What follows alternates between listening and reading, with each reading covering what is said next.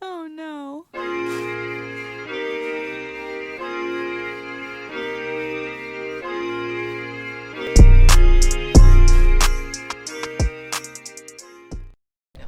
Hello, welcome to She Will Podcast Special Edition, Creed 3 movie review. Brother, you don't remember me, huh? This guy. He sees one movie, Jonathan Majors. takes a little acting classes, and now Jonathan Michael Majors. Oh, you know Yes, the three I names. just saw a clip of him where he's like, "Unless you're Jonathan Michael Majors, born September 7th, 1989." Oh, he's a I was Virgo. like, that nigga's younger than me. He's a Virgo. God damn. He's younger than you? 1989. He's Wow. He's about 7 months younger than me. Oh yeah, he's 35. Mm-hmm. Okay. Well, we had the good fortune to watch Creed 3 on the movie screen. Yeah. Michael B. Jordan's directorial debut. The corny kid, right? As we all know, I don't think he's so corny because Will, like I said, looks like he takes good care of himself. He works out. You're supposed to say, I get it, we Sheila. only have an hour here, Sheila. You're supposed to cut me off like last time. You're gonna list off all Michael B's attributes. His attributes. You need a Titanic length. I'm a real film. person. I'm a real person. Relax. I'm a real person. You saw that? Relax. You saw that? Yes. Can we play that real quick? No, it's okay. Talk to me. I'm a person. I'm a person. Can I take a selfie? I'm a person. Ooh, I got you. I'm gonna take a selfie with you. We have I any got tweets? you. I got you. Look. You gotta breathe. I'm here. I'm not going nowhere. Yeah, we talk to him. I'm a person. It's an instrument. It's okay. Yeah, look at this guy. Oh wait. Can I take a selfie? I said I got you. I'm gonna take a selfie with you. I'm gonna sign the photos. Okay. Breathe. Just calm down. Calm down. Calm down. All right. Here we go, bro. Here you go. You said that's the most real he's ever been. That's the most personality I've seen him ever show of himself. Really? Because every time I see Michael B. Jordan, he's one of those people who doesn't necessarily have a personality of their own. They're just He's put together. very contrived motions and emotions, and kind of whatever looks like it's supposed to be cool or that's what they're gonna do. But that was the most personality of his own I've ever seen was the situation? him display. There was a situation where this fan, wherever they were, was just freaking out to see him. Right, a guy was just freaking out to see him. Like, oh, it's just like kind of, can I go, please, picture, and then Michael was like, hey, really? Breathe. Hey, I'm human too. All right, that's it. I'm gonna take get a to selfie. you. Yeah, I'm gonna get. Just, hey man, look at you. Come on. So that's the most personality I've seen him show, and I'm waiting for The Rock to show some kind of his own personality as well. Oh God, The Rock. The Rock. Do we need to do that right now? He's the most unnatural. These fans are waiting outside for me after the show. I'm gonna go and buy Snickers at the 7-Eleven where I used to buy Snickers. 81 Snickers, because that's how many I stole, because I didn't have money for 81 days because I had 10 cents in my pocket because I was playing on the football team and I got cut, and then That's his story. He is rich, but he identifies as poor. Pronoun broke. Shouts out to Chris Rock. Pronoun fake. Great Okay. joke. What'd you say? Great joke. Okay, so back to Creed 3. Creed 3. The directorial debut of Michael B. Jordan. And I will say I saw Creed and Creed 2, and I enjoyed them thoroughly. It seems like there's been quite a time lapse between Creed 3 coming out, so that I kind of was a little rusty on. I was 6. Was that 6 years? Has it been 6 years? I want to say it was 2017. That's a long, I could be wrong. That is a long the first one, time. 2015, 2017, or 18. That makes sense. So 5 or 6 years. A long time. So we got rusty. There's some things that I did not recall. And I want to say this, Will. I've learned over the last couple of years, I look at movies differently now. I don't look at them for a scene, just a single scene. I kind of look at it in its entirety and the story that it tells. Okay. And if it's successful telling me that story, regardless of the acting or necessarily writing, I look at it as how good of a story was it first and foremost, and then subsequently I look at the actors and how they the other elements that go into exactly the story. Yeah, that's my big thing. So the story. So overall, you go beginning to end. The ride. How much you enjoyed that?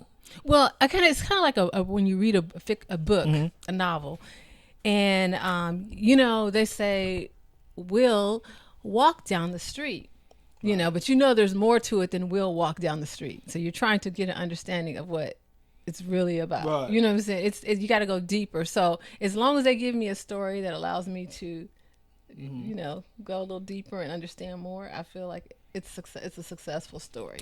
Now, I know what you're saying. For me, I think I'm probably the opposite because I think the elements play such an important part in moving that story along and how the story is told and the tone of the story, right? Because how many times have you seen something with like a good plot, but how it was executed, it came across as corny or unnatural, So me, with like, say like a movie like Creed, I found myself stuck on like the dialogue and how long they spent on certain pieces of the story. Right. I get that this installment was supposed to be intimate. This was about intimacy, right? The past. So the relationship between Michael and Jonathan Majors' character was what this installment was about, right? Is that fair to say? Are the demons that were not exorcised over the years, the things that he thought that he was running from and that he could put behind him, Past. how they caught, the past, how it caught up to him. Right. And now he's literally fighting those demons, I think Michael B. Jordan's biggest fight in this movie was the page on the page. Up against Jonathan Majors, who was an actor. I found Michael B. Jordan fighting for his life in those scenes. You felt like he was challenged by Jonathan Majors acting? Yeah, I found myself not wanting to go back to Michael B. after Jonathan had been on the screen. Mm-hmm. It's like captivating. Jonathan Majors, when he's on the screen, it's captivating. Like I was scared of the guy. I was like, this guy's a loose cannon. I don't like what's going on. And then you get back to Michael B. and you're like, you're like, this is not real. Okay, I remember it's not real. Like it's relaxed. Now you can breathe because Michael B. is acting. Jonathan Majors was he made me believe. I had forgotten the other films that I'd seen him in, like the last Black Men in San Francisco and things like that. But I did after I saw this, I had to go back and research him. I'm like, okay, who is this cat? And he was classically trained, I would say, at Yale. He has a Master's of Fine Arts in Theater. University of North Carolina as well. Yeah, his undergrad. Yeah. So yeah, he's a trained actor, and he's American. He's American. African American. He's not from British. over the pond British. He's not British. He's not good because he's from England. He's just a good brother that could have played basketball, could have played football. He's a big guy. But he honed his craft as a thespian in the States. Yes. I love it. I do too. Because I love it. He made me a believer. The reason I wanted to go back and do this research is because I was like, he's kind of thugged out. He's kind of intense. No, he ain't. And no, but he made me feel like Exactly. he was. And it's not easy to come across that way. To have that, like we talked about before, that nuance, How many movies and shows do we watch that need that nuance? Yeah. That don't have it? Because you don't have that actor. How many of those 50 Cent shows need that nuance, but they can't afford it? Yeah, because theirs is like not so. It's not nuance. It's in front of you. Whereas this is kind of new, kind of like we talked about Paperboy in Atlanta. That nuance, those little manners, and both of them are trained at Yale. Disappearing into a character, disappearing into a role, right? With disappearing, that's the biggest compliment an actor can get. Yeah. You disappeared, Yeah. meaning there was no resemblance of yourself Yeah. in this role. We all know who you are. We all know that. We all know your real name. We know where you live. We see your Instagram, but you disappeared in this role. Yeah. We forgot about all that. I was scared of this nigga. Yeah.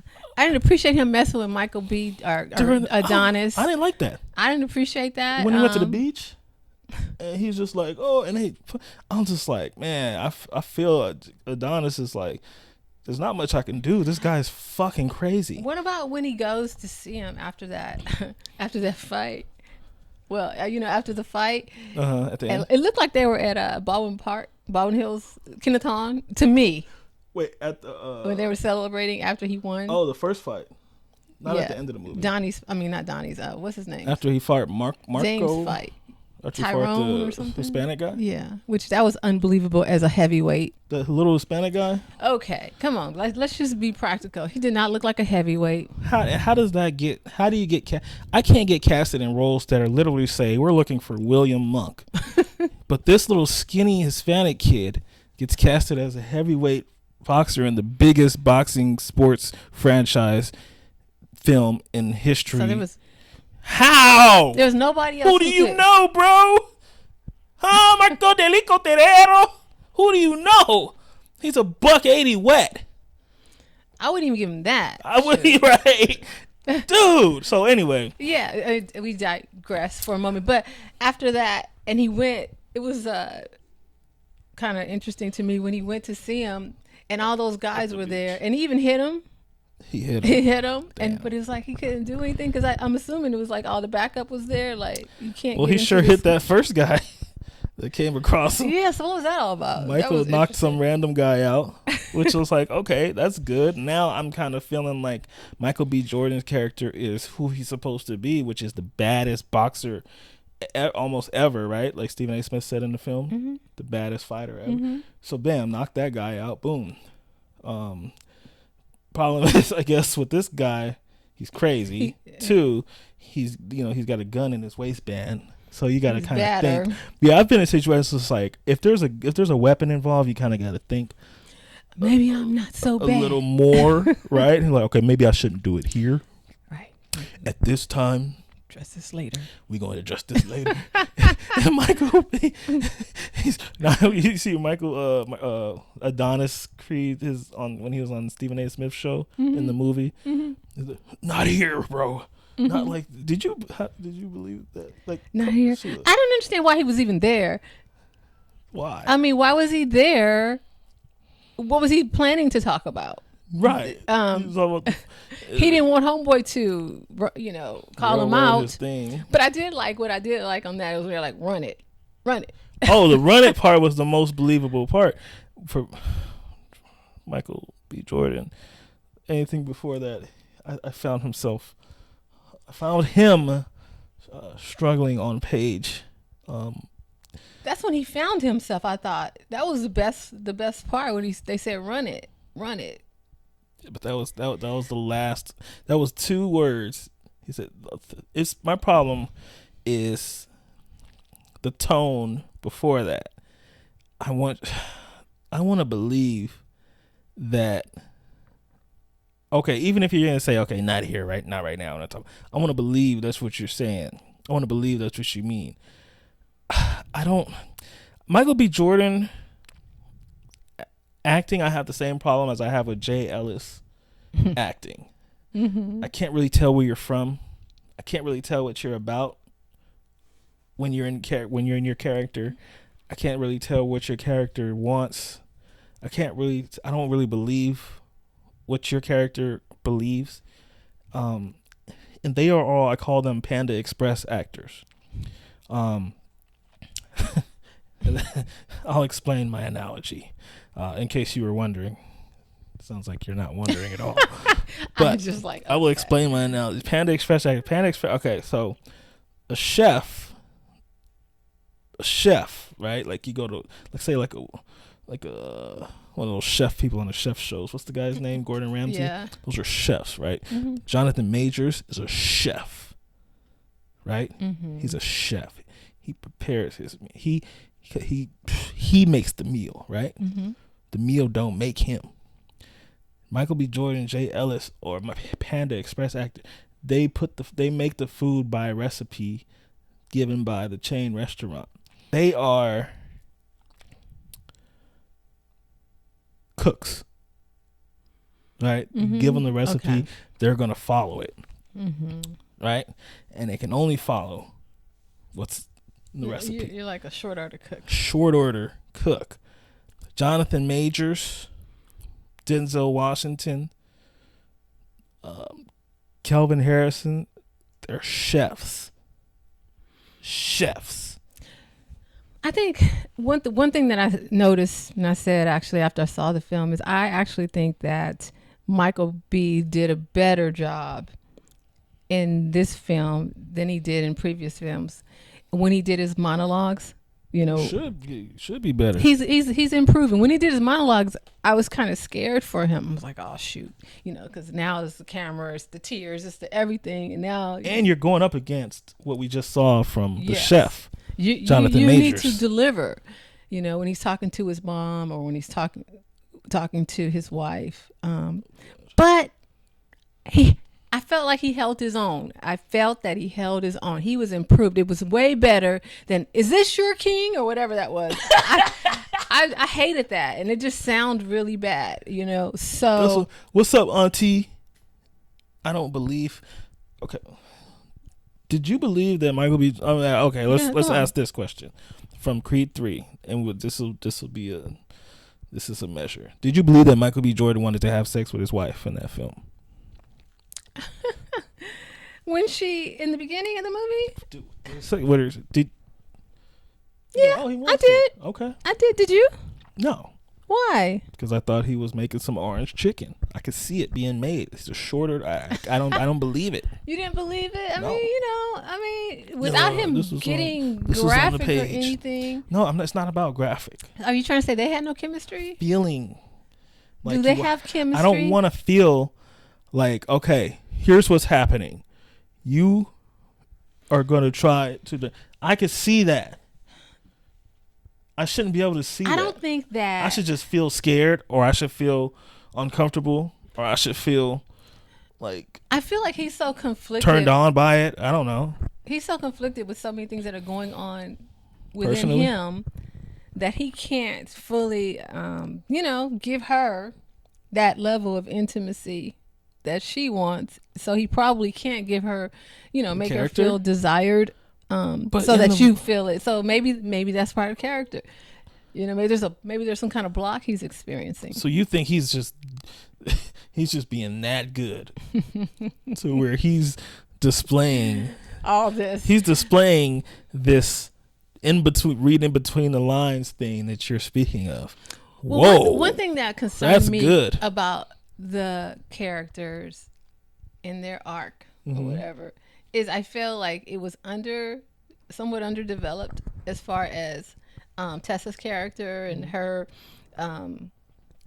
having to do what she had to do in her career and the feelings that she had, but she really did not express, but they were kind of conveyed a little bit, but it was kind of like she was suppressing them.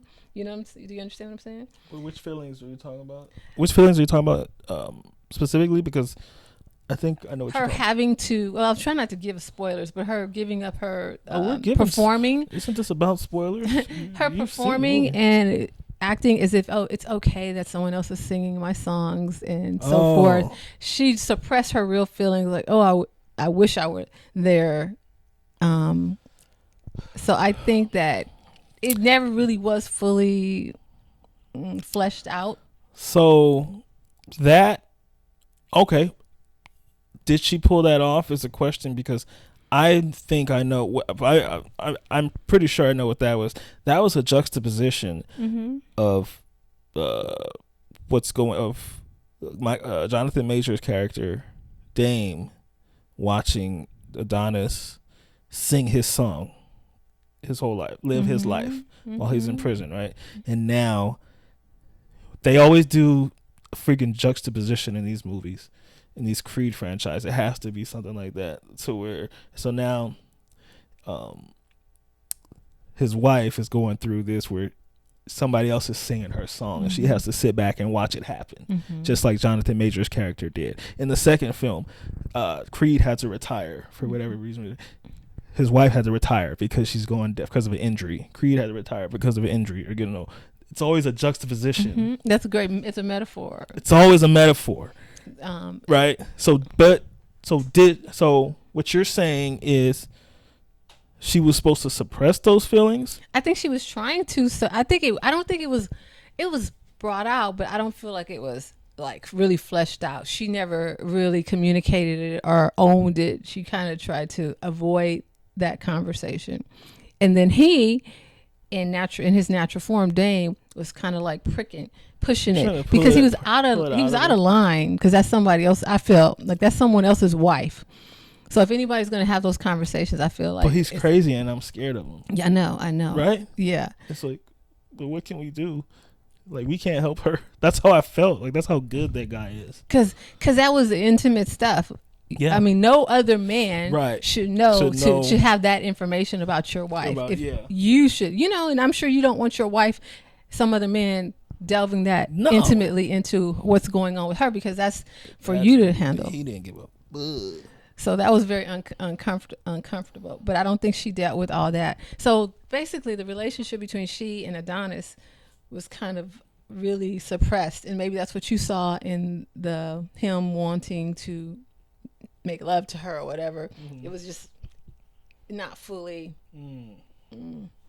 Yeah, I just thought it was. You just don't think he was acting. I just thought it was a bad attempt at a sex scene, but And then they spent a lot of time with the daughter, which I do not recall the daughter being born without hearing.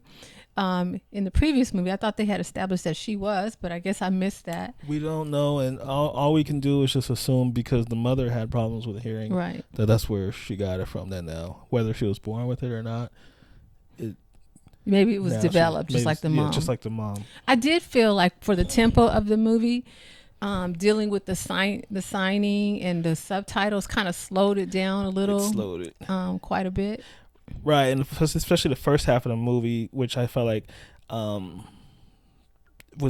they spent a lot of time on one subject. I found the dialogue very repetitive in the first half of the movie. I feel like a lot could have been cut out, and then you add the intimate scenes. They had a lot of scenes with the showing us that the daughter's deaf. So there's subtitles with that, and you have to spend time with that.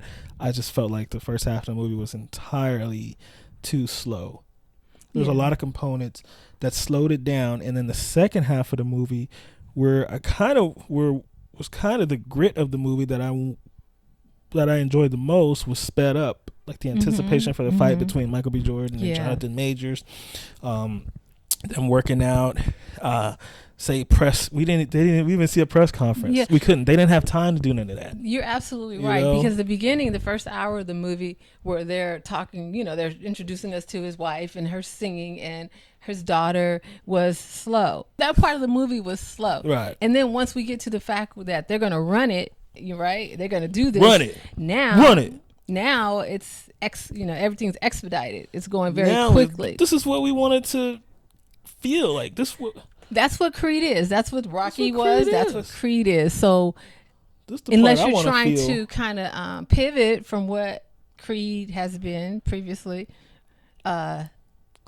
there's a intentional pivot there, I believe, and I don't agree with the intentional pivot into a more intimate film.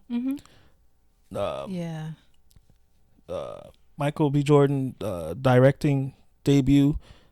I think Michael B. Jordan is a sensitive guy, and I think Michael B. Jordan sees himself as a dramatic performer, or that's the biggest next step for him to go towards an Academy Award. But I guess, like you say, you can't make a jackass a racehorse. So I just feel like his strength, even in his directing, these were some of the best fighting action scenes we've seen ever in a film. like the fighting scenes. You like Creed has always had the best simulation boxing scene. I'm not saying realistic to boxing because I know you're a 'Cause I'm a boxing. boxing So fan. I know all you're thinking is like, oh, this is such an unrealistic fight. But I'm saying as far as movie, a movie magic, immersing you in the battle, in the fight, right? Through the POV, the angles, the sound. Creed series has had the best ever. And this time Michael B. Jordan directing. I think Ryan Coogler directed the previous two. Is that right? I'm not sure if he did. I know he wrote this. Did you know he wrote this story? But yeah. I thought he wrote the previous two as well. Okay, he probably did. Because him and Michael B. Jordan, They got a thing. right? That's why he's on Black Panther for no reason at all. Sev Ohanian, did you see him? He was one of the producers as well from Missing, because he and Ryan, our guy? yeah, he and Ryan Coogler are partners. Oh, that's the homie. Yeah, that's the Damn, homie. Shout out to Steph, man. Shoot. Yes. So, how about what did you think of the fight scenes where they had removed everyone from the stadium and it was just those two? Did you notice? Yeah, that's good, and they did that for a whole round. I liked it until I got home and found out that was like homage to anime, and Michael B. Jordan loves anime. That was homage to anime? Yeah, it was like an anime thing. Like Okay. That's done in anime, how the stuff turns into like, how it turned into like a pillow and it turned into like a jail. So something was anime about it. So I was like, oh, that's whack. But it kind of dealt with their underlying thing. It's dealt with their with him dealing with the man who abused him, and Dame dealing with being in prison, fighting Great his idea. way. So, and then that was to me where he started to fight his demons or exercise his demons. There you go. And Fighting so your demons. yeah. So I feel like Well, that that's was great. the overarching theme of the movie, Right. is to confront those things that are Put that in the fight scene. Yeah, and so you can move forward. So I think that's what. That was great. I mean, that's the strength of the direction of this film series. I don't need to see Michael B. Jordan talking to his mom. We knew she was gonna die. Or talking to his daughter in a frog costume for whatever. You're right. I'm sorry. That didn't have value to me. Even though Felicia Rashad looked beautiful, she's ageless. Jesus. I'm like, she's got to be 80 years old. She's About like in her 78. mid-70s, I believe. She's got to be dad's age. I think she's Right. dad's age. I think she's a little bit younger, just a little. That's why I said about 75. But this I lady thought she looked better in this one. Yeah. So, yeah, I didn't need to see him outside playing with his daughter. For that long. Yeah. It Sorry. was, and I mean, I thought it was neat when he went to the school. When she had punched someone, and he was for that. Yeah, but even that. You weren't buying I don't that? believe- yeah, So sorry. bottom line is you don't believe any of his acting. No. Panda Express, man. But that's why Denzel was so comfortable. The reason why Denzel was comfortable handing the baton to Michael B. Jordan, Denzel said this out of his mouth. Denzel said, 5 years ago, he said, hey, that's it. I'm handing it over to Michael B. Jordan. And Denzel said this. The reason why he did that is the same reason why rappers like Kanye West, good rappers, like Jay, they hand the baton over to like Travis Scott or somebody, because they know they'll never be as good as them. Mm-hmm. And so if this is the next Denzel and he comes nowhere near Denzel, that just shows how great Denzel is. Denzel you ain't see Denzel handing no baton to Jonathan Majors. Jonathan Majors. Huh? Because he might take that shit and break your records. You see what I'm saying? John David Washington. Or John David. You didn't see Denzel's handed a baton to his freaking son, because that guy's a beast. You don't see Denzel Washington hand the baton to Kelvin Harrison Jr. The only thing I don't like about John David is how he holds his mouth. Dancing interest. You ever notice how he holds his mouth? He does some weird thing, and it really is distracting. I just he's too short. noticeably short on camera. I don't like it, but that's a sidebar. Sorry. Sidebar. Sorry. Here's what I was saying when my expectation of Michael B. Jordan's acting is not very high. So when I saw this, I was pleased, and I believe that he stays in his wheelhouse. He's good as Donnie. He's good as Creed. You know, that's where he get to work out excels. You know, that's where he excels. So he's good at working out. I saw him in Just Mercy, and I was like, and so what I said to Jaden, we were talking about this. I said it was better than his performance in Just Mercy. You know, he wasn't ready for that, because then you have to carry something based solely on your acting. Based solely on your acting, and you also have to think, Sheila, this is his third time spending 6 months playing this character. Right. So of course he's more comfortable playing his character, and the performance is going to reflect that way. This is his shit. You know, he is Donnie Creed. So he's comfortable playing that character, and this character is more of a action star, which is weird. I don't know where. Well, another reason why Denzel handed Michael the baton is because that's where his strength. That's about the peak. He's never gonna. So he couldn't do Training Day. I don't want to sound like a hater. I'm just thinking of that, imagining it. Oh, no. King Kong. I'm sorry. I mean, could you imagine Michael B. Jordan delivering that monologue? Not really. What? King Kong? Ain't got nothing on me. Did you notice he does that? I did like when he's training her boxing, he does this little roar, like Jonathan Majors roared, and he's like, and Michael B. Jordan like, roar. You trying to say his roar wasn't that strong? No, but it was cute.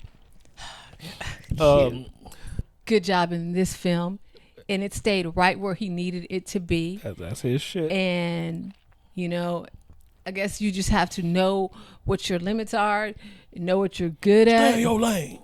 Yeah, stay in your lane. This is his lane. He functions well there, and he survived. He made it through. You know, I know you thought it was painful and it was Panda Express, but I felt like, okay, he held his own. He did what he had to do. That's right. All right. Yeah. So that's my opinion. You have anything else to say about this film? A guy, the young man that played young Michael B. Jordan, killed it. Papa J, upcoming singer. Kid's got to be like 14 or 15 or something. Okay. But he's been singing and dancing since he was like 3. Okay. Killed it. Great actor too. Great actor. He did a good job. Both of those young men did a good job. Yeah. Really, the kid Michael B. Jordan did better than grown Michael B. Jordan for sure. You think? So yeah, shout out to Papa J. I'ma keep it P. I thought his name was Spencer. In the movie? No, in real life. In real life? It might be. Maybe that's his Papa J is obviously not his real name. Papa J might be his acting. I mean, his music name. That's what and I'm saying. Spencer something is that his. might be his real name. But as a matter of fact, they said they call him Papa because he acted like he seemed like beyond his years when he was younger. And he seems. If you thought I was mannish, this kid seems mannish. Way? Yeah, and he just acts mannish to where I want to sit his little ass down. Okay, he might be Thaddeus. Thaddeus is his real is name. The other guy. That Spence? Who is Spence? He's the guy who played Dane. Spence, he's on All American, right? Is he on All American? Yeah. Okay, I don't watch. He was a football player. You don't watch All American? Me and you really just started watching season 5 today. Yeah, about no. 6 episodes in. No, I watch Harlem. We'll talk about that. So, and finally, let's talk about the last scene, the reconciliation. So they have their battle, the Battle of LA, and then they come together. Did you expect them to have that reconciliation at the end? That's a good question because I think about it as far as the film franchise, Mm-hmm. the next film. Mm-hmm. You know, they're gonna go at it again and still have the beef. But yeah, I was a little surprised to see them settle it because of the next, like Creed 4 Mm-hmm. and how that could go down. So I was glad they did because Jonathan Majors let me breathe a little bit. You weren't scared of him I anymore? wasn't scared for Michael and his children and his wife's life. Like that nigga gonna be at their house. Mm-hmm. We're gonna fight some more tonight. So I was glad that I was like, he could breathe. Like he's like, okay, it ain't only like we good. Like, but I did like that they said how the film was wrote, where Adonis said there's only one way he gonna chill, Mm-hmm. and that's fight in the ring, Uh-huh. the respect way. Yeah. You know, that's the only way he gonna respect me. Right? And he didn't respect him because he had been running and didn't Running. acknowledge him, right? All those He's a years. runner. Yeah.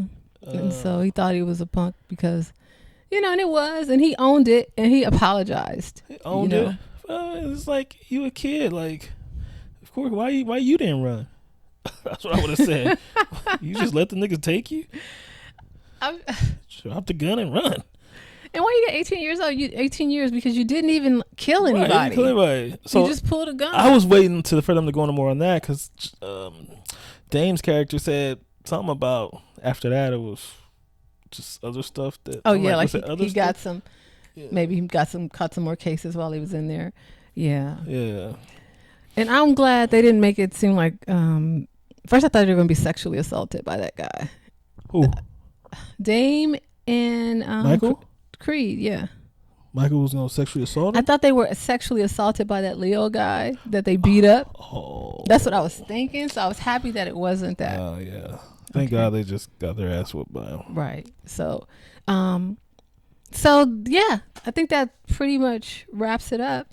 Yep. So we're gonna do some ratings on Creed 3. Creed 3. So, brother, we're going to go 1 through 10. How's that? Is that all right? 1 through 10. Uh-huh. You want to go first or shall I?